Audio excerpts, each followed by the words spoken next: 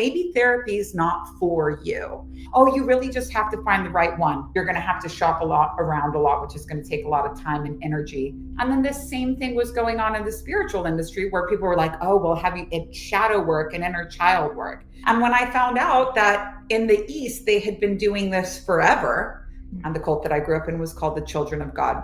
Now I talk about it freely, but it took me a really long time to understand that like this was what people needed to hear. And this was also something I needed to come to terms with. I have a unique story because by the time I was 13, I just couldn't handle it anymore. So I tried to kill myself. And it was, I'll tell you this because I haven't told anyone else. You very much want to purify yourself and be good and get rid of your bad, and that you very much want to be on the right side of history. And it's your awakening into what people call like the New Age movement. And for many people, they don't understand that this is your base level awakening. You start asking bigger questions. And an appropriate big question is this it? When you're asking these right questions, a magnet starts to build within you that draws teachers that speak your language to you. The exoteric level 1 into the mesoteric level 2 is not something that comes by watching a lot of videos on the internet.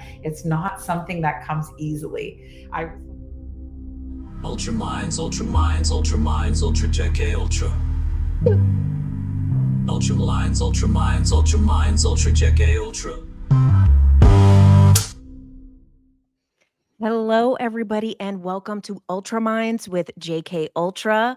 I'm super excited for my guest today because this person is such a unique spiritual teacher that is so needed right now.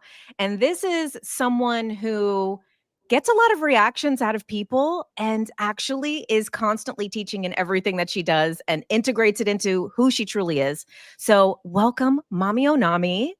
Oh my God, thanks so much. I'm really excited to be here. I'm very excited to be here. It's book time. Yes. So you have a new book coming out. And actually, this book is probably what so many people need. And there's no one better to teach it than you because of your history, your past. There's many spiritual teachers. And one thing that I really love about you is that like you've really been through stuff and have really transmuted it.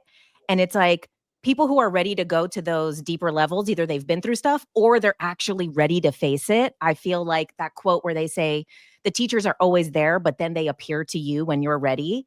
And that's when you come in. And so you have your new book, which is about healing your messed up childhood without therapy, which is the best title ever. So can we start there? Because there's a lot of stuff to get into. Yeah, for sure. I'm not here to like demonize therapy, but I'm just really not here to idolize it. And the same way I have beef whenever people tell you like there's one way to heal. And over time, trends start to surface. Like if you want to get sober, you have to go to AA. If you have a messed up childhood, you have to go to therapy. And I tried therapy. People are like, oh, you just have to find the right therapist. Like I went to a therapist that specialized in religious extremism, cult survivors, knew the cult that I grew up in very well. And I just had a really terrible time. And it was so freeing to me when I met with the psychic actually was my first teacher. And he was like, maybe therapy is not for you. And I just left that session feeling like a huge weight had been lifted off my shoulders. I hadn't found a solution yet, but there was like this big burden of being like, at some point, I'm going to have to go back to therapy, even though I had a bad time. I'm going to have to start shopping around for a new therapist. I'm going to have to tell the same stories over and over again. I'm going to have to be in this situation where there's no end date, where you kind of just keep going. And people, they don't understand like how terrifying it sounds when they're talking up therapy. Oh, you really just have to find the right one. Read. You're going to have to shop around a lot, which is going to take a lot of time and energy that you might not have. Or I love my therapist. We've been together for 10 years. You know, like I don't want to be spending the rest of my life cleaning up my childhood. I want to get in and I want to get out. And then the same thing was going on in the spiritual industry where people were like, oh, well, it's shadow work and inner child work. And then they've been in it for years. Oh, I'm asking my inner child what she wants for lunch. Homie. No, like I really what people don't understand about like extreme trauma is that you're not trying to, you don't want people to know this about you. You've spent so long trying to compensate for the disadvantages that you were born with. And when you're in that zone, you don't know how to make those disadvantages your advantages. But you don't want people to know this about you. You really want to just like sweep it under the rug and be done with it as soon as possible. You don't want to confront your abuser. Spoiler alert, not something you have to do. And anybody that tells you you have to confront an abuser to heal has never thought about what happens if your abuser died or is in jail or something like that. It's just, you should be able to address this alone, quickly, privately, without anybody else's cooperation. And when I found out that in the East, they had been doing this forever, I was like, well, maybe I should just try that. It's not anything that I made up. It's just something that was forgotten, that like every issue that you have in life has 7 roots, and that you don't have to go and resolve every single story that happened to you.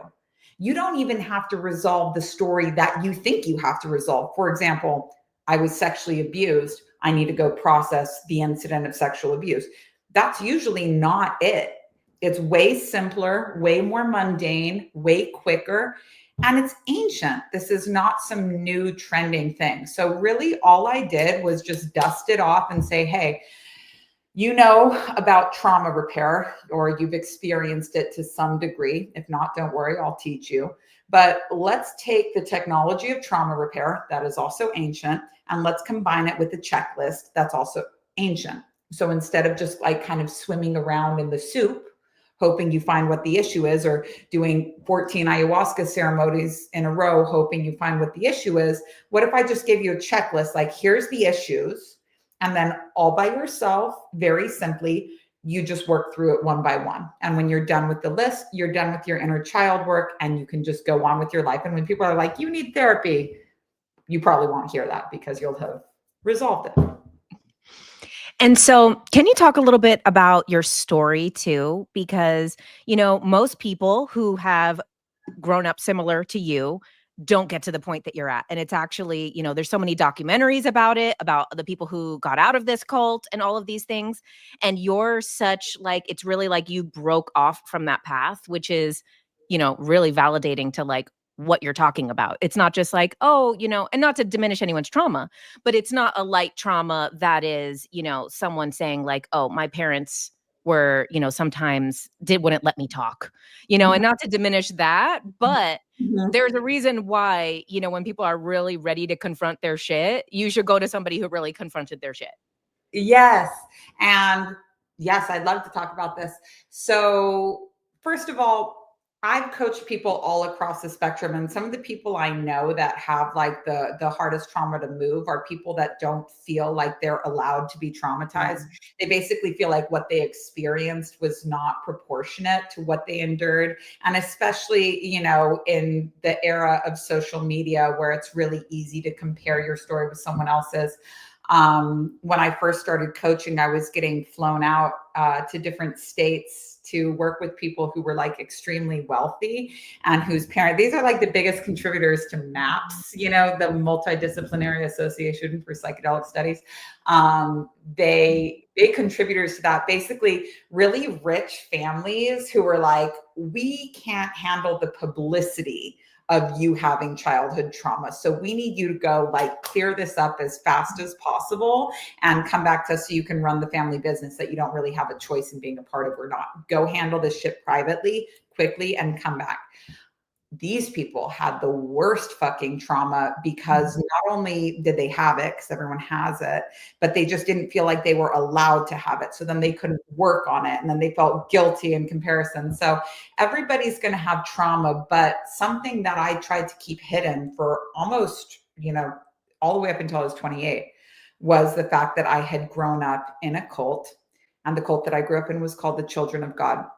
Now I talk about it freely, but it took me a really long time to understand that like this was what people needed to hear. And this was also something I needed to come to terms with and be able to talk about it without getting triggered. And this art of learning how to tell your story from a place of acceptance, not like, oh, that was so fucked up and I wish I could change it and these people are screwed up.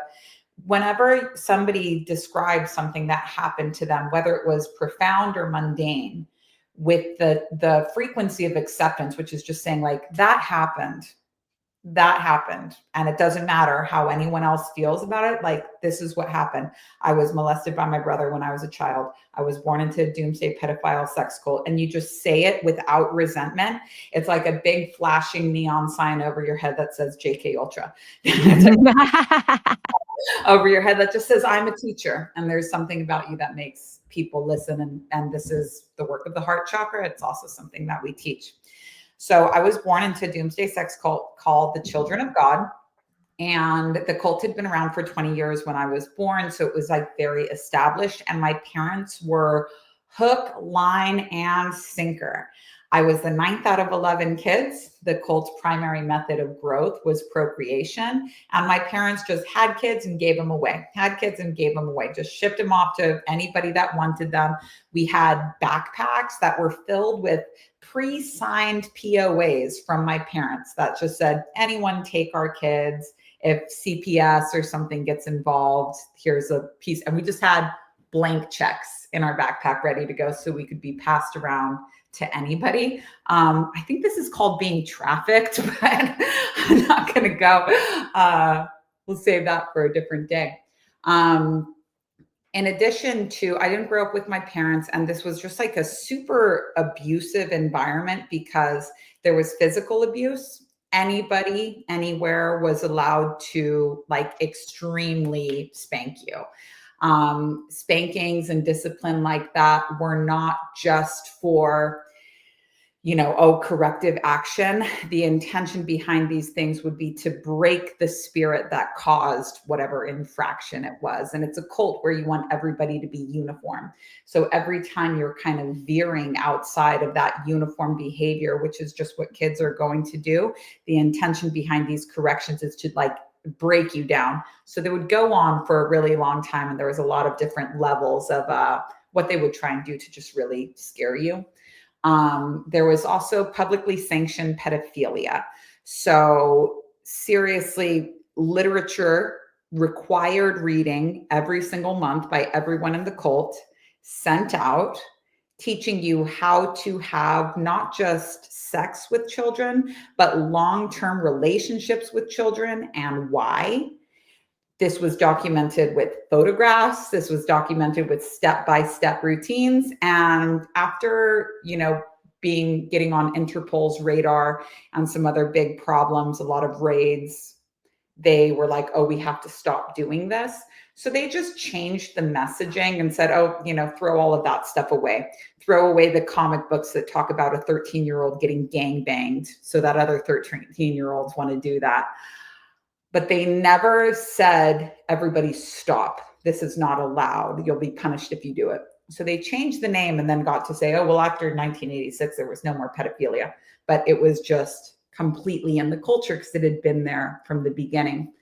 There was also spiritual abuse, which is this is a term I think that I've coined, but it's this unique experience of being told all the time that like your soul is bad, that your spirit is bad, and that there's no way that you're going up to heaven when the end times come because the doomsday cult. There was crazy graphic killing propaganda that we were forced to watch from a really young age, saying that like, this is what's going to happen to you in the end time. And then there was just the general emotional abuse of growing up in a doomsday cult. Doomsdays came and went, but they just kind of kept going with it. So what makes my story unique is that most of the cult survivors that you'll talk to left either because their parents left or left because they were 18 and they could leave at that point. I have a unique story because by the time I was 13, I just couldn't handle it anymore. And so I tried to kill myself. And I'll tell you this because I haven't told anyone else this. In this cult, we weren't allowed to do any we weren't allowed to do anything unless we got like a prophecy that it was okay for us to do this thing.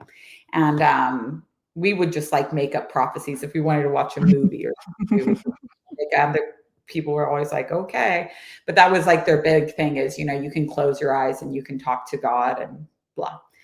And I was 13 years old, and it had just been like a really drudgy week. Every day we had a schedule, and the schedule was always the same. And I was looking at my schedule that day, just kind of hoping it would be different and realizing that it would be the same as it had been for my whole entire life and that it wasn't going to change. But I really wanted to go and see a movie with the big kids. It was a movie called The Gift with Kate Blanchett that came out, you know, in whatever year that was. So my mom was like, well, you know, you have to get a prophecy. So I went to my room and I got, you know, my journal out and prepared to like write a whopper. And I closed my eyes to kind of think about the opening statement, which I still do as a writer, you know, what's going to be my hook. And I swear to God, my hand and my pen just moved across the page and the words "get out now" just on the page. And I had never had this experience before. It was almost like I had like blacked out. But the words on the page just, I kind of couldn't argue with them. So within a week of that, I tried to kill myself. And my strategy, my mom was going out of town, so I knew I had to act quick. My strategy was to attempt to commit suicide and break some other rules in the same day, which was watching a movie I wasn't allowed to watch, talking to somebody that wasn't in the cult, going out of the house by myself as opposed to with like a guardian. It was in Mexico City. And I was like, I'm just going to try to break as many rules as I can in one day and also kill myself the only way I know how, which is to take 300 aspirin. And I was like, and it seemed so reasonable to me at the time. I'll either die or I'll get kicked out. It's a win-win for me. To me, it just seemed like the most normal, the most reasonable choice in the world. And looking back on it now, for a 13-year-old to see suicide as being the most reasonable choice in the world is like a clear indicator that was something wrong. So I got out much earlier than most people do get out. And I kind of just hit the ground running at 13 years old and was like, I'm never looking back. I'm young enough to just kind of move on with my life and not have to talk with any ex-members. I'm young enough to not need, you know, therapy or anything. I'm just going to assimilate into the world, start drinking as much as I can, doing as many drugs as I can, working as hard as I can, and I'm going to be fine. And for a good, 15 years, everything was fine. Sure, I was throwing up my food 30 times a day, only dating addicts, addicted to everything I could get addicted to. But I was like, I'm doing okay, all things considered. When I do too much coke and tell people about my past, they'll be like, oh, you're really strong. I'm like, yeah, nothing to see here. But when it all caught up with me, that was the turning point. And so how did you end up, I'm assuming coming out of that situation, then you kind of maybe go extreme to the other end of like being atheist or like hating God after all of something like that. And then how did you find a path back to spirituality where you're at now? And you're also, I want to talk about the 3 levels of spirituality as well, because, I love that you discuss that because everybody kind of thinks they're in the esoteric, but you break down what's really going on with that. So can you talk about your journey and then the spirituality that you are embracing now?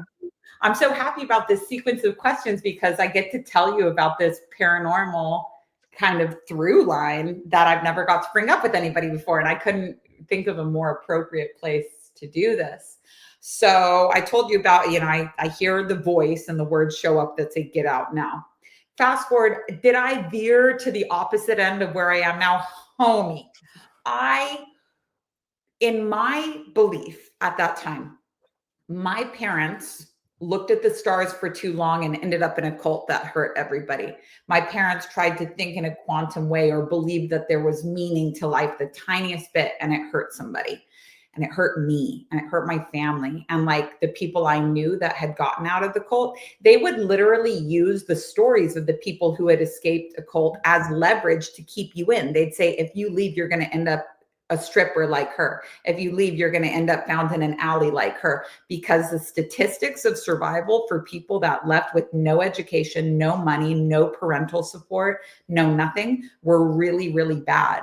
So that was like how they would always keep people in, because it was just your chances of succeeding were so fucking small.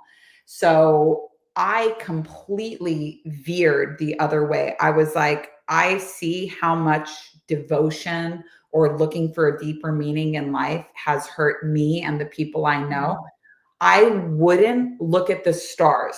I wouldn't think, oh, grains of sand. I wouldn't look at the sky. I wouldn't look at the ocean. I would not get myself in any situation that caused me to think about things in a bigger and connected way. Oddly, I took tons and tons of psychedelics, like tons, but it just never, my realizations were psychedelics were always very grounded. It's almost like when I took psychedelics, I got advice that most people's mom would give them, like, you can do anything you put your mind to. It was never like, you know, the cosmic realm or anything like that.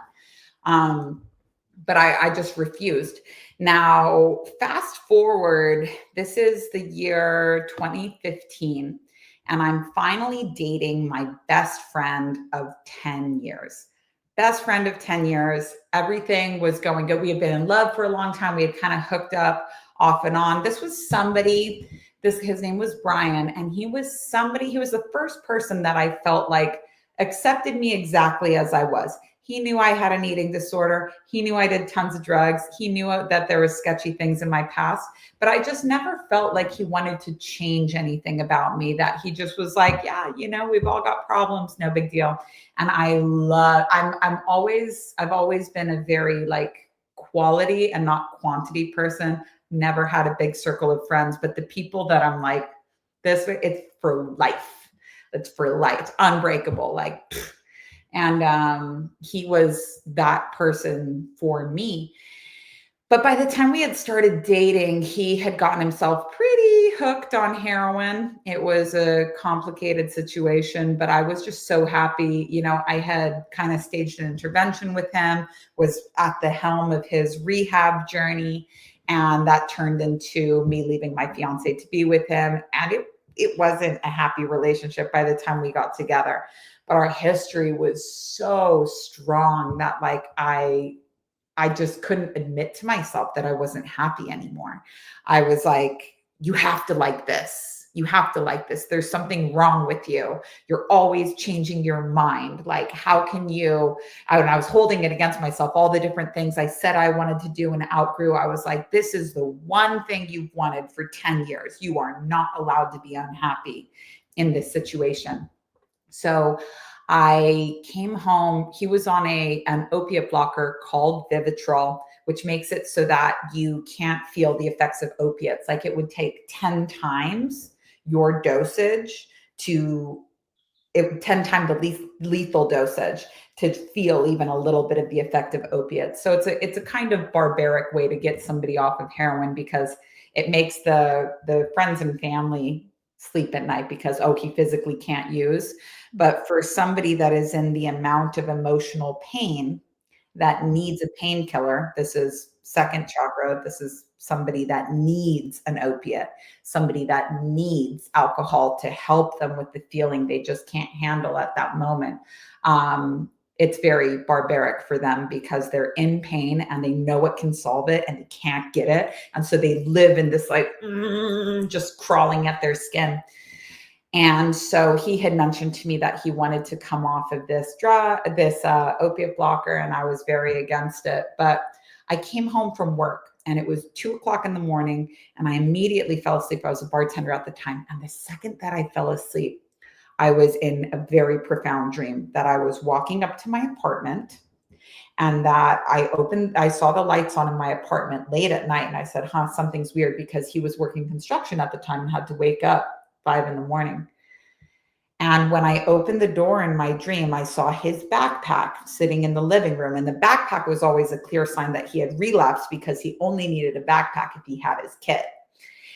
And when I saw the backpack in my dream, I said, he's dead. If I look down that hallway, I'm going to see his feet hanging off of the bed, and I'm going to know that he's dead. in our little railroad apartment. And in my dream, I turned and looked out in the hallway, and sure enough, he was dead. Then the dream cuts to a black screen and white words on the screen. One more day. And it was the same voice. There's the same voice that I heard when it said, get out now, where I just can't argue with it. It was just like, boom. And I woke up. It was maybe 3 o'clock in the morning. I stayed up all night until he went to work. And this wasn't a dream that I kept private. I told him about it. I told his mom about it. I told his brother about it. I was like, I had this really uncertain dream. And all three of them were like, don't worry about it. You're just being paranoid, whatever, PTSD. But I treated that dream super seriously. And I really spent that last day, like, just in case I'm going to say goodbye to him, I really prioritized him in my schedule, even though I had to be at work, and really got to spend time with him and talk to him all the way up until what I didn't know was his last words. When I got off of work that night, the trains took a really long time, but by the time I made it to my block, I could see the light on in my apartment all the way down the road. And I said, no. As I got closer to my apartment, I could see straight down the hallway. I said, oh my God, I know what this is. When I opened the door, I saw his backpack on the floor. And before I even turned and looked down the hallway, I called the EMTs. I knew what was going on. And they were like, my apartment had just been in it was being rezoned. So it was getting a new zip code. So the EMTs couldn't find my apartment. I could hear the ambulances going around my block, but they couldn't find where I was. And the whole time I was on the phone with the EMT, and they said that I had to resuscitate him. I'd never seen a dead body before. I was like, no. He was face down on the bed. They're like, you have to flip him over and do chest compressions and all this stuff. I was like, oh. But that whole time, I was completely out of my body. It was like I was watching myself from the top of the room. It was like I had walked into a dream, that I was observing myself in the dream. And all of these big understandings of life came through at once. Like, first of all, I was like, this had to happen. I'm grateful that this happened, like on contact. I'm grateful that this happened. He's not suffering anymore. I was never going to leave him. I understand. This is not the cherry on the top of a shitty life. This is a good thing that's happened. I was grateful. I understood that the body is hardware and the mind is software. I understood the separation of like body and spirit. I understood why difficult things had to happen in my life. I understood and by the time the EMTs showed up 22 minutes later, because I had them on the phone, I knew exactly how long it was. I came back from that situation a completely different person. And I'm sitting on the couch for the next 6 hours with medical examiners and EMTs and his family and everyone coming through. And it was like the old me, the software had been taken out and a new software had been put in. And then I was in real trouble, because I now believe in a spiritual world, complete 180. I somehow saw the future. I somehow am having all these realizations. I am a different operating system than I ever have been. Now I can't go back to work. Now I can't go back to my apartment. Now I can't do anything. I can't be the person that I was before he died. It was like an overnight change. And so people are like, how'd you get on your spiritual path? I was like, well, kicking and screaming, shoved into the trunk, details on the way. But I basically just maxed out my credit cards and was like, I'm going to find out how this stuff happened. And every time I learned something, I would share it with the internet, because there was no one in my life that was remotely interested or supportive of this new me. So I just started sharing it with the internet, and it grew into a career. Wow. Can you talk about the 3 levels of spirituality? Because, one thing that I really love about what you share is really, and I think that this is, like I said, someone that's so needed in this space, because we have so much of like this kind of light versus dark, right and wrong. And a lot of those things, are maybe more of the introductory level. And then, when you get to the next level, as you said, there's kind of one answer and one truth. And that's hard to implement to where most people are at.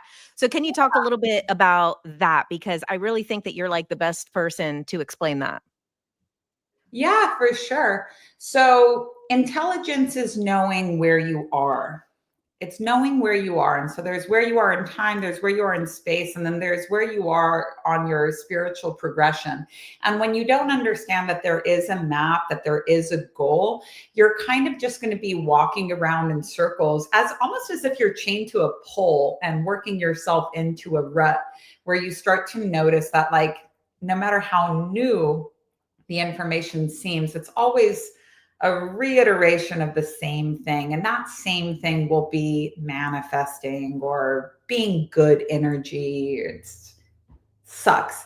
When you're hungry and you're getting so much of this same old teaching, it's almost like you're sitting at this very stocked banquet table with as many different foods as you can imagine, but you're sitting there and what you're craving is cocaine. You're like, none of this food is gonna, I want a different taste of something. It can feel very aggravating to be offered so much, to be scrolling on your algorithm saying, oh, maybe this will be different, maybe this will be different, but none of it is that taste that you're looking for. You're looking for something that feeds you in a different way, the same way no amount of food would address your appetite for an upper. So a lot of us have gone through really profound experiences. And like, my first awakening was what what I just described to you about this out of body experience, about recognizing that I don't know what I want, about understanding that, like, you know, it didn't happen to me, it happened for me, to quote a classic exoteric ditty. But for all of us, our first awakening is super meaningful. You know, everyone remembers their first like Kundalini awakening, or when you became aware that there was things that were good and things that were bad. And you very much want to purify yourself and be good and get rid of your bad. And that you very much want to be on the right side of history, and that you want to now educate yourself in all of these different things. And it's your awakening into what people call like the New Age movement. For many people, they don't understand that this is your base level awakening. And so you can ride that high for so long, because that's the first awakening that you can do for yourself, like just with information. And you get very hungry for more and more information, because you're like, wow, like I first started learning about this good energy, bad energy, manifestation. What, you mean I can control my reality? Like, you become very voracious for this, but it never fully satisfies you, because it's not the final stop. And so, like you were saying, when the student is ready, the teacher appears. Everybody has inside of themselves something that in the fourth way they call magnetic center in esoteric schools. And it's simply the readiness that somebody has to receive more. When you are capped out, when you're like, oh my God, is this it? Manifestation? You start asking bigger questions. And an appropriate big question is this it? Is this all there is when it comes to spiritual secrets? When you're asking these right questions, a magnet starts to build within you that draws teachers that speak your language to you. And they let you know, hey, just so you know, there's more. And the teachings are always hidden in plain sight, but it takes a living teacher to open the door and kind of activate this world for you. And this activation, or this drawing back of the curtain, is what's been known as initiation. So the first level, your first awakening, happens when you realize light and dark, good and bad, energy, manifestation. And this is duality. The first awakening is awakening into the world of duality.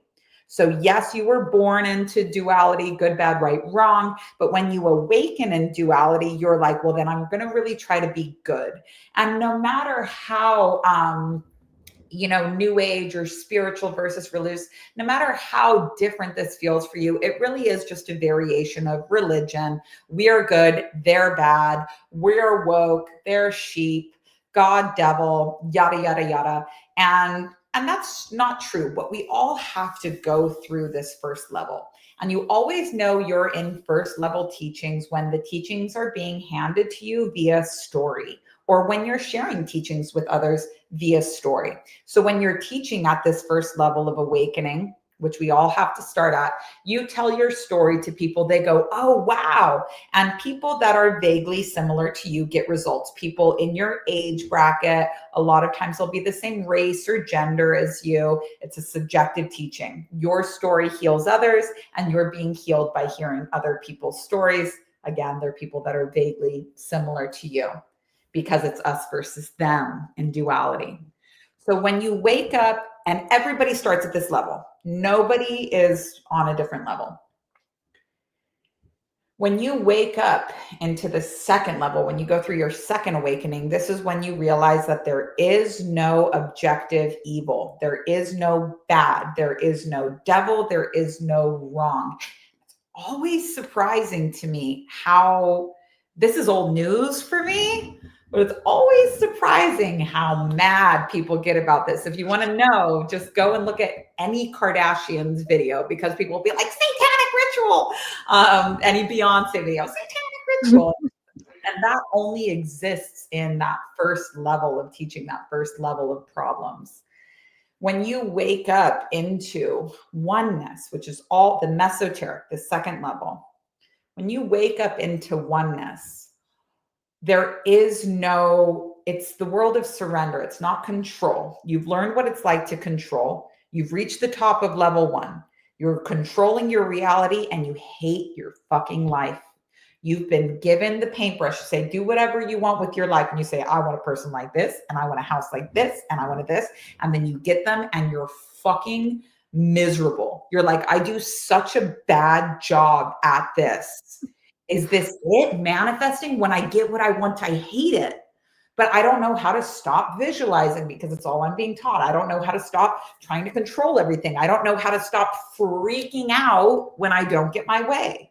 These are all level 1 problems.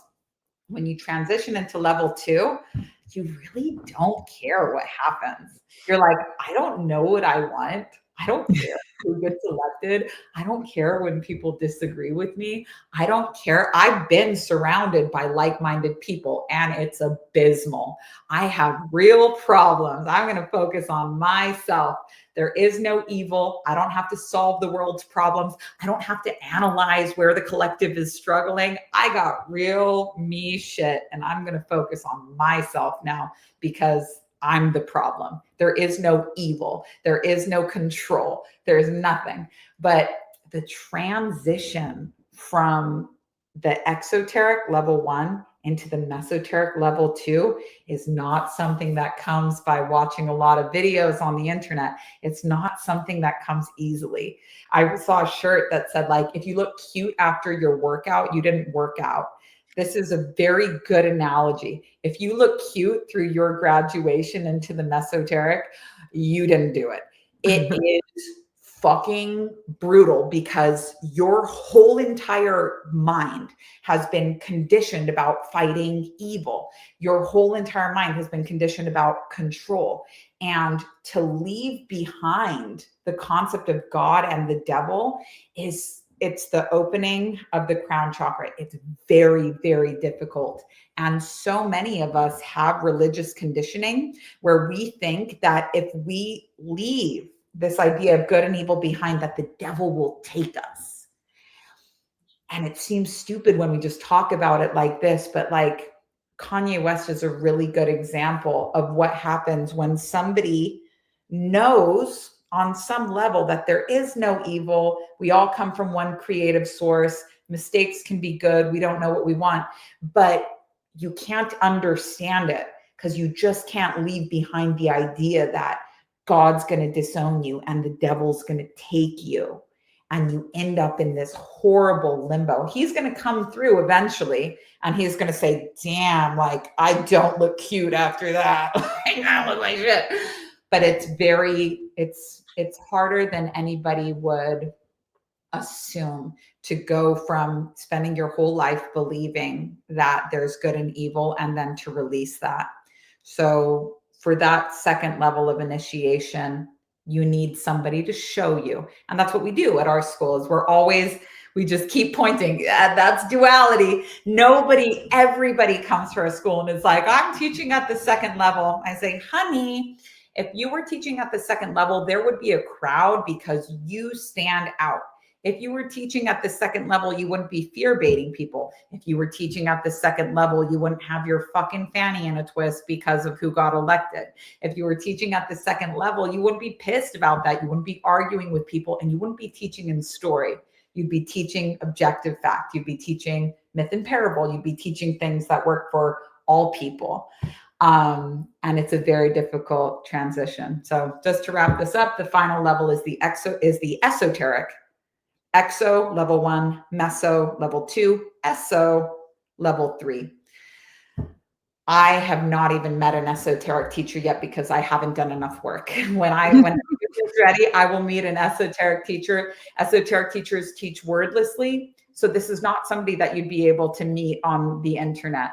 This isn't somebody like, the Pleiadian, Blue Avian people that are, stand right in the window and like it is officially wordless. It's just a symbol. These are the type of teachers that like literally do miracles. They remove illness with their hands. They can do, I get goosebumps just thinking about it.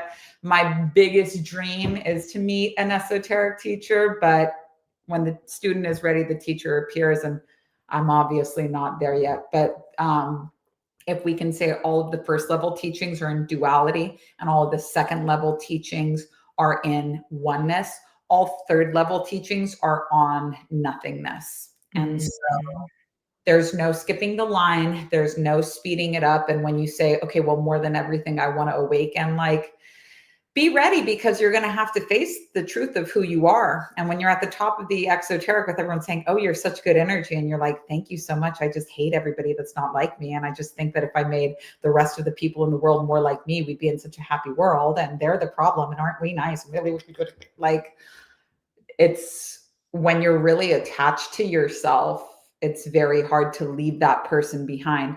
But that's why, like Jesus says, unless you be converted. And the word in the original Bible really means converted. So like if we were converting a plug, we take it from being set up to this configuration and we convert it to receive a different frequency. Mm-hmm. The old thing is gone. The new thing is there. It can now receive a higher wattage. So unless you be converted, changed from who you are and become as little children. So you have to go from being at the top of your class in level 1 to amateur, baby, farting in the yoga class, sweating in the down dog. Like, you have to go to absolute beginner level. Unless you be converted and become as little children, ye shall not enter into the kingdom of heaven. The kingdom of heaven is a psychological function. It's going to ascending psychologically. You don't need a rapture poncho. There's not 144K. You are in your mind ascending to a higher level of consciousness, which makes you aware that there is no hell, that it's all the kingdom of heaven. But you can only do that if you can put aside your precious accolades, get publicly sloppy, and become a baby again and say, oh my God, I don't know anything. So in my workshop, Mesoterica, we walk people through a 10-step process for awakening. It's basically a nice, long, slow detox from duality combined with the objective awakening exercise they teach in the 4th way. But it's pretty brutal. And if you do it too fast, you'll develop schizophrenia. So don't do that. So with your platform, Safe House, you have a really unique way of doing your courses. So, I actually don't see many people kind of doing kind of a membership that you can rent for a year and they can kind of work through them. So can you talk a little bit about, because I like also the way that you go through like money, sex, God, like kind of work up the levels with them. And if somebody wants to do it, within a year, I don't know, can people do it in a year or do they need to do a couple years? So can you talk a little bit about Safe House? Yeah, for sure. So, first of all, these categories, money, sex, God, these are the 3 areas of life: the spiritual, the physical, and the erotic. 3 areas of life. And these are the 3 main blocks people will have. So, put a finger down. If you're like, why does everything have to be about God? You're like really triggered by the G word. We all know people like that. It's probably not your audience at this point, but that means you have a block in the spiritual. It's where you need to work. Other people, why does everything have to be around money? You have a block in the physical. You don't get access to stronger teachings unless you're financially stable enough to hold it. Does this mean that like only people that are well off financial can get stronger teachings? Hate to say it, but yeah, because you can't actually care about other people when you're not on a stable foundation. You're using other people to distract you from your work. It feels good to do this. Oh, they have problems. Let's focus on them. No, baby, you have very big problems. You need to focus on you. And one of them is the fact that you live in a bus with 5 roommates and wear patchwork pants and stuff. You're going to need to get on a more stable foundation, level of good householder to be able to actually help people in the world. You need to make money to create big change. And that's just the bottom line. So when people say, why does everything have to be about money? People super triggered about this thing that I'm saying right now. That is really where you need to work. A big symptom of being locked in to level 1 is you're saying, how does everyone else need to change? We just need to change all capitalism. There just shouldn't be any billionaires. You're 50% of the way there. You know what needs to be fixed. You just don't realize that it needs to be fixed in you. You're saying, oh, they all need to change. No. You need to change this thing. And when you have money, you spend it however you want. And then finally, and this is the big one, like nothing would prepare me for how fucking crazy people get when you talk about sex. People say, why does everything have to be about sex?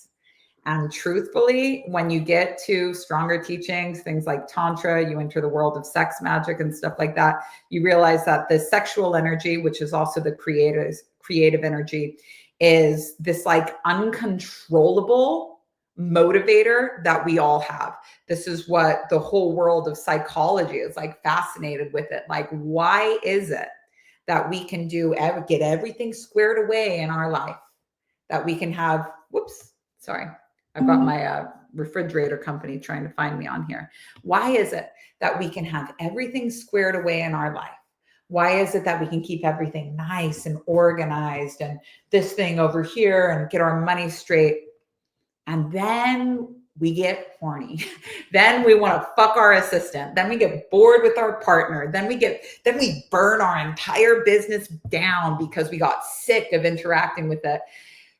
The sexual energy is what controls and motivates everyone unconsciously. It's buttons that you can press that could make somebody go from behaving like a put together business person to a giggling idiot. And these buttons are constantly being pressed on you. If you don't know it, then it's being used on you. But also when you don't understand what falling in love is, what the concept of making something old new again, this cycling force, how to fall in love with your partner over and over again, how to fall in love with it. You and I both have books coming out for the first time this year. We'll be about selling them 5 years from now, when it's time to honor our good work and our good efforts that we put in and talk about the same old book. We might be in a very different position, because it's the nature of humans to become less excited every time something is repeated. Yet when it comes to lasting spiritual growth, lasting wealth, lasting relationships, lasting success, we have to know how to fall in love over and over again. And people aren't taught this, because if they knew this, they wouldn't stay at their same miserable jobs. They wouldn't stay, in miserable situations, and society needs people to do that. So our school Safe House, we teach on all 3 categories, because you can't grow in one direction only. You can't say, I really just want to focus on money and ignore the spiritual and ignore the erotic. And you have to be at second level to understand that nobody has gotten successful by just focusing on money. You really want to judge and say, oh, they shouldn't have money or they shouldn't have money. You can never grow in one direction only. You have to grow all three because that's just the law. The law is the law. So we run people through all of these different areas. Now, some people will really need to work, let's say, sex and spirituality. Some people will really need to work business and sex. Some people will need to work all three, but it's not an annual membership. It's monthly as well. The majority of our students come in for monthly, and everybody's on a different curriculum. So when you join our school, we intake you. It's my husband's job. My job is answering questions and running the workshops. My husband does the intake. So everybody gets to meet him, and he's so good at customer service. He's so nice. He's so nice. Sometimes people complain about him simply because he's not me. And I go and look back at like what he says to people, and he's so nice. I'm like, oh my God, you guys say you want to talk to the manager. You don't want to fucking talk to the manager. Just me. But everybody comes in with different needs. And so we enroll every student personally, and we prescribe workshops that you'll do. So basically you come in, you say, I want to, but people come in and say, oh, well, you know, I'm good in all of these other departments. We say, okay, well, let's just do our little x-ray here.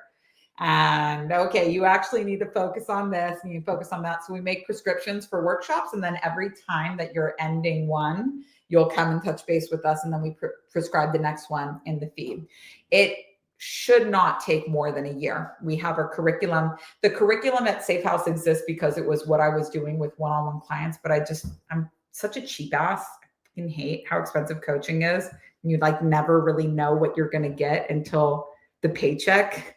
And you're like, oh, like it's just really the Wild West out there. And once that first big spend kind of wears off, you know, you go to the first 2 sessions with like $100,000 coach and you're like, damn, this is amazing. And then as it starts to normal out, you're like, $100,000, literally $100,000. It's fucking crazy. I wanted to end that. So it's $200 a month. You get access to all of our workshops, but we really don't recommend you do more than one at a time, because it'll just be, you'll start them all and not finish it. We have Q&A every single week, if not every Monday through Friday. We have a live workshop running all the time, and that's our school. It took me a really long time to and what makes the school unique as well is that we use the Enneagram to develop all of our teachings. And the Enneagram, every teacher has a symbol that they're eventually meant to grow into. So there's a symbol that kind of, like I said, the final level of teachings is wordless. So if you do a really good job as a teacher, when you die, a symbol will be connected with you, and people can just look at the symbol and find healing. So some people just contemplate like Metatron's cube or the cross, and you get the download of everything. That's like the power of a symbol. But the Enneagram isn't a personality test. It's a map that shows how 3 laws of creation work together to achieve anything. They call it the face of God. It's just like a recipe for creation. A lot of people say, well, why would I need a recipe for creation? I create all the time. It's like, yeah, you do, but 2 of your 1,000 creations have worked because you followed the correct steps. So for me, my job as a teacher is to kind of hear the babble. Is my specific lineage as a teacher. It's called SAGE.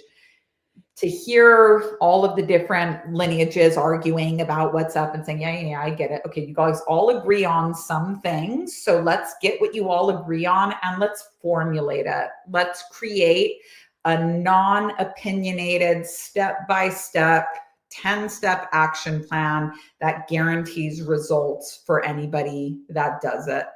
And it's very useful with things like business, but it's especially useful in things like sex magic, where everybody's arguing about it, to kind of just be like, okay, if anybody does the steps, they're going to get the results. So all of our workshops are backed by an Enneagram. The school only existed as a result of me being able to finally graduate. But that's why we tell people you can't do more than 2 workshops at a time, because when you're doing a magical process, if you start it and don't complete it, which people are just so used to doing now, it fucking blows my mind. People feel absolutely entitled to a trophy for starting a race. You don't get a trophy for starting a race. You get a trophy for what you finish. but people are super used to just not finishing what they start. And this is why there's a shame epidemic in the world. But with the magical process, if you start something and you don't finish it, you get stuck where you stopped. You get stuck where you stopped. So let me give you an example. If you say, I'm going to write a book, and now that you've written a book, people tell you there's nothing fucking less interesting to me than the tattoo you're planning on getting or the book you're planning on writing. Like, I don't want to hear it. Sitting with the pain of getting this out is totally different. So you say, oh, I'm going to write a book and it's going to be a masterpiece and everyone's going to love it. And I've set up my little table where I'm going to write, and it's not facing a window because a real writer only faces the wall. I got my little writing outfit on. I've got my perfect routine. I've told literally everyone I know about my wonderful book that I haven't written yet. You get everything in place, and then you go to sit down at your special laptop and no words come. You write 10 words, you backspace. You write 10 words, you backspace. Nothing's coming out. If you give up on your book right here, you don't get to go back to being, I'm going to write a book. You get stuck at, I can't do it. I can't write a book. You get literally, there's a magical process. You tried to start something, you gave up on it. And now instead of being able to return to this state of hopefulness, you've ruled it out. This is an unsuccessful creation. So when you understand what the laws of creation are and how you have to adhere to it, you know when things are going to get hard, and you know what's required to get you through that hard. But if you don't know what the laws of creation are, when it gets hard, you quit, and then you're just like stunted in all of these areas of life. You've got 10 burners going, that 10 pots on the stove that all say, I'm a failure, I'm a failure, I'm a failure. And there's one little thing that did work out, but you don't know why it worked out, so you can't apply it to all of these other things. It's useful. So that's our school in a nutshell. Wow. So this is what has been the process of my book, which is finally coming out next month, but it has been a 10-year process of, this kind of everything you described. And then you're right, all of these other things that I've accomplished and done during that time, that pot is still burning of like, is it ever going to get finished? Is it really like, can I really do it? But then also the kind of, as you know, as a writer, it eats away at you to not finish it. And you do feel stuck in that area. And so you have your program authorship, which the live that we did and the advice that you've given. And also I love that you have your school, but you have like so many free resources. Like if people are like ready to receive the information and they're not ready to, or they're not in the place to be able to join, you have so many lives, so many videos, so many free master classes. You have so many things available.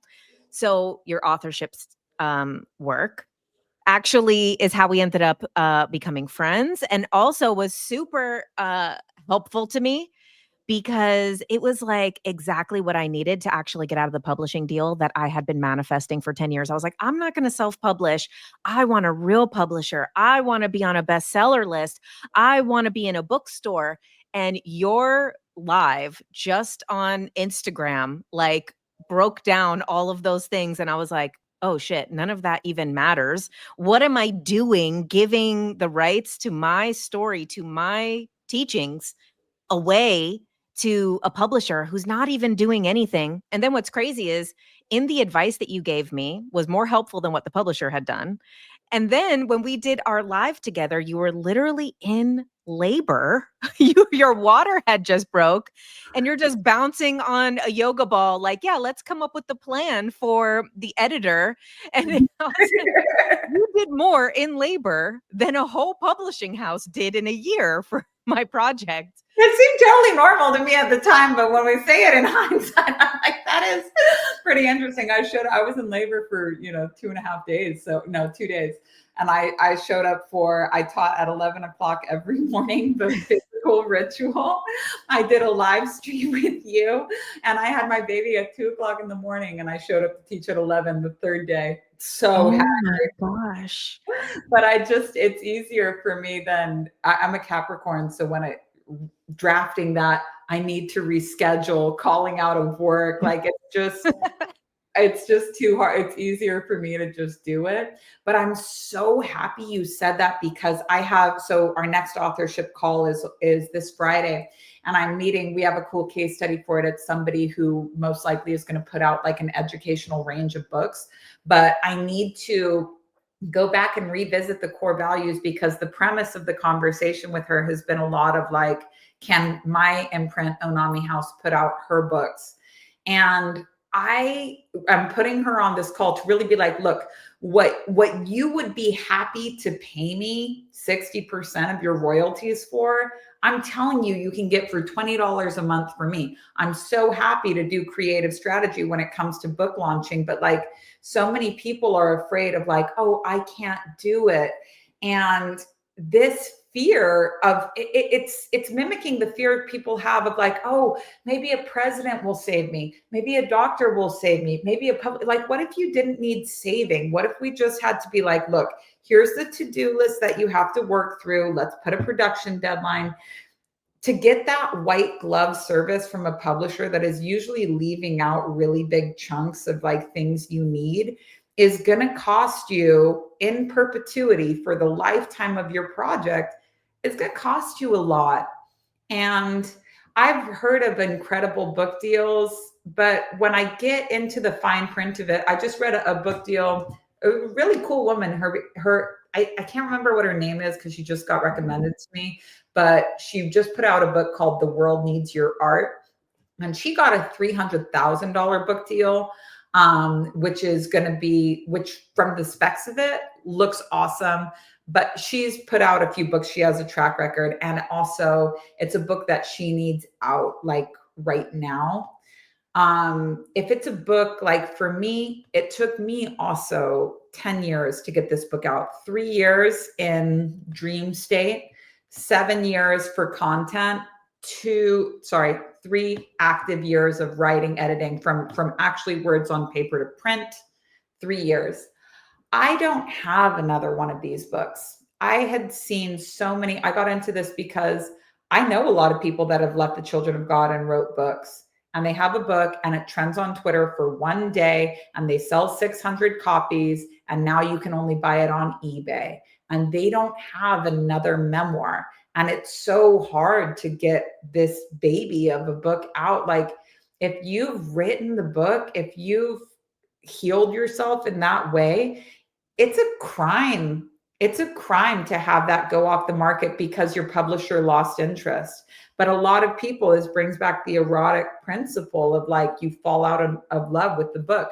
A lot of people don't fight this or fight for their work because you will also fall out of love with it. After getting it out, by the next year, you're going to be like, I don't want to talk about this anymore. And to build a system where you can continue to sell your book with the same excitement, with the same that you did the first time, you get paid for it for the rest of your life. And if you publish it yourself, you can keep the royalties for it for the rest of your life. But most people are just so convinced they can't do it. And I don't want to take 40% of someone's royalties. That would be on the low end. I want to show people that they can do it themselves and that they really should. So that's what we're covering on my case study for authorship this Friday. It'll be on Instagram. Is quite convinced that she needs a full-on publisher, that she couldn't possibly enjoy it. But it's just, she's figured everything else out. You can figure this out. So I'm excited. I love our monthly authorship calls, and I hope that every single time I can do it with one author like you, because it's so much more effective to just say, look, you need one session. Let's put it on a fucking to-do list and just work through the to-do list. All of us have done it already, you know? Okay. Let's close off with coming back to your book, and let's talk about, really with everything that you've talked about and been through, what really is like the core of the book? How is this going to help people? And like, what is kind of the process that they're walked through in the book? I am so happy that you asked, because this book is so good. I thought that reading the audiobook would just be harrowing because I'm like, oh, I'm going to see every typo. There isn't any. Thank you to my editor. And also, like, there was the first draft of the book I had, but when it went through this this last draft with the editor, she made some suggestions for what I could add to it. And now it's to look really good. And it's really easy to read as well. And then I'm reading the audiobook to people, of course. So what this book does is it educates you on the 7 root problems, old root problems that everybody has, and how these show up in your life. So chances are, I'm doing a series of reels right now with my butt out about what these seemingly unrelated issues are and how it's actually just connected in one spot. So you might think, oh my God, I've got 1,000 problems that I need to address in therapy. At therapy, you go in, they say, what do you want to talk about today? It's not directed, so you can't be done. Every day you're pulling up something new. It's also the same with plant medicine. You never know what you're going to get. It's always going to be a good time. Therapy is always going to be fine. You know, we all like to talk, but I like to get paid for talking. I might as well get paid for it instead of paying somebody else to hear my story. So what this book, it walks you through step by step. Here's the constellation of problems. Here's the root cause. Here's how it was formed. Here's how we get to the root. In the book, you learn the same trauma healing process that goes way back to the Rig Veda, thousands of year old process. You learn the same process for healing the problem at the root. And we go through it step by step. And you hear a story of mine. Here's how I developed mine. So if you want that like cult survivor tea, here's what it is. It's in a very easy to read language, but I walk you through it step by step and say, here's how we heal it at the root. And then we move on to the next chapter. The ideal pace is you do 1 chapter per week. And if you do the audio course, which opens on May 2nd, the book is available like as of this morning. Search Mami Onami on Amazon and you'll find it. But if you go to my website, mamionami.com, you'll see the option for the audio course. The audio course comes with yoga classes, breath work, meditation, all these things so that you can spend a whole week, if you want, learning this. And I literally walk you through it and say, we're going to just heal this problem all the way at the root. And when it's your turn, you're going to do it. It's going to be so easy. And then you're done with it.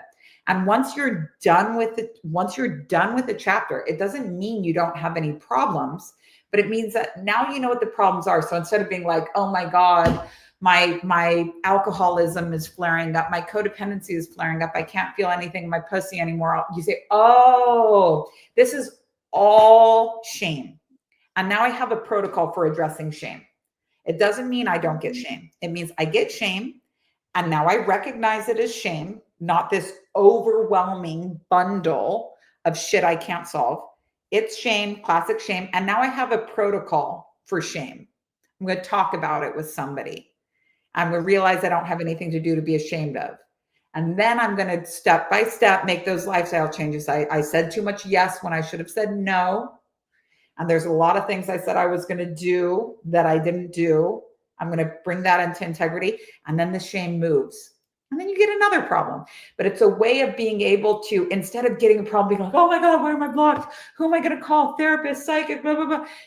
I know what that is. And I have a protocol for resolving it. So in the book, we teach you the same process over and over. But we also have the teacher training, which has been in existence since 2017. In the teacher training, we teach 7 different types of trauma repair. We teach you how to start a business as a coach, how to come out as a teacher, and how to do this type of work, not just on yourself, but on others as well. So learning how to diagnose the problem and solve it using multiple modalities. That's the teacher training, which will also be running starting on May 2nd. So we have a lot going on, but this book has been in the works for so long. I just wanted to be able to give some for somebody that's just interested in healing their trauma quickly, privately, getting it done. They're not trying to become a teacher. They're not trying to, come out. They just want to live. They just want to be done with this so that people stop telling them they need to go to therapy. So they stop ruining the good times in their life because they need it to feel like what's familiar, perpetual bad times. I just wanted to give people something and say, look, this is $28.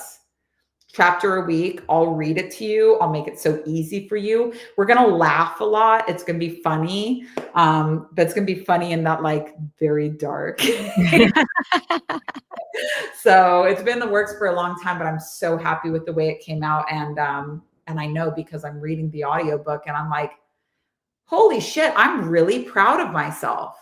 This is a really good book. This is easy to read, super effective, no gatekeeping. Fucking proud of myself. It's a really good book.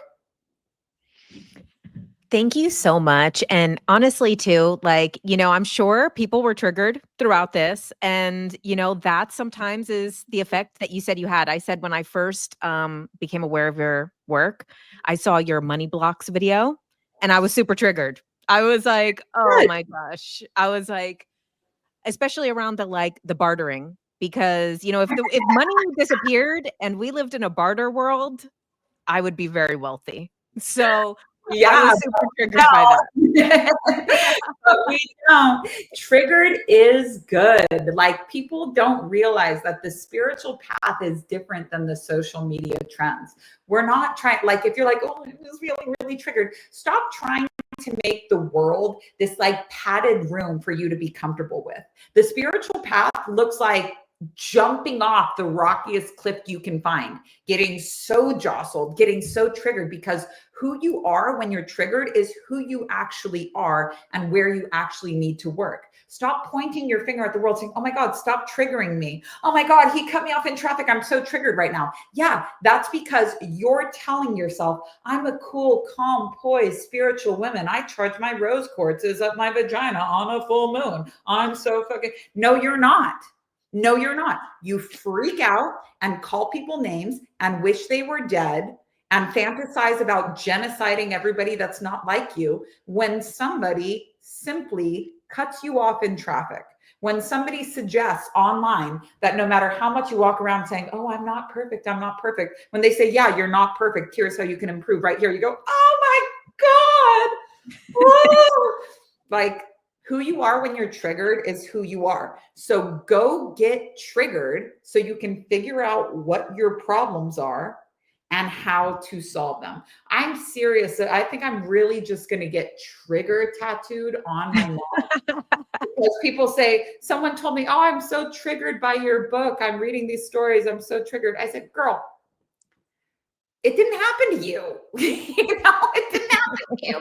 You're fine. But we put being triggered is a good thing. And I want everybody in the world to just think about that like being triggered is free therapy. Now you know what the problem is. So what do you want to do about it? Well, you're awesome. I love your teachings. I hope that there's people that are watching this that are now exposed to you and are taking the free therapy of being triggered, and then also following through, getting the book, and considering joining Safe House, because it really, not that I am a member of it, but really like looking at it, I'm like, wow, this is such a well-designed method for people to work through, and the way that you do make it accessible to people, whereas like you said, one-on-one, you could just go forever. Yeah. They all, it's a series of workshops and they all accomplish a very specific function. There's not like a hidden thing. So if you're like, okay, I want to clear my childhood trauma, we have something that does exactly that. If I want to learn sex magic, we have something that does exactly that. If I want to leave duality, we have something that does exactly that. But there's not like an off menu thing. So if there's something specific you need assistance with, I have put everything I know how to do in workshop form. But if there's not anything in that, that's my new French publishing word. If there's not anything in that product suite that specifically speaks to you, then you don't need it. And a lot of people are like, oh, well, maybe I just need something. Entertain the idea that sometimes you're just good. Like sometimes you're just good. So like I said, I have so much free stuff because I don't, if you want it, you never have to trust me. Just try me. I have so much free stuff. If you go and look on my website, mamionami.com, and you go to workshops, it's in the work with me area. For every single workshop that I'm talking about, there is a button you can click on that page that'll give you a free book, a free masterclass, some type of free thing that says, here's everything we're going to do. And it's cool. That'll keep you busy for like a year for sure. So for this book coming out, I'm like, I'll give you 30 pages of it for free if you want to see if it's for you or not. So mamionami.com, head to the area and you'll see everything you need on there. Awesome. Thank you so much for doing this. And thank you for being so transparent in yourself and allowing everybody to see the real you and into your life. Thank you so much for having me. I look forward to revisiting our color theory DM. And, I'm wearing mine today. and it's serving. It's serving. I love it. Thank you so much for having me. I will see you when I see you. Okay, thanks. Bye-bye. Bye, Jen. Thanks for listening to Ultra Minds with JK Ultra, where every Thursday we come out with a new interview interviewing some of the greatest minds in spirituality, consciousness, aliens, conspiracies, astrology, and so much more.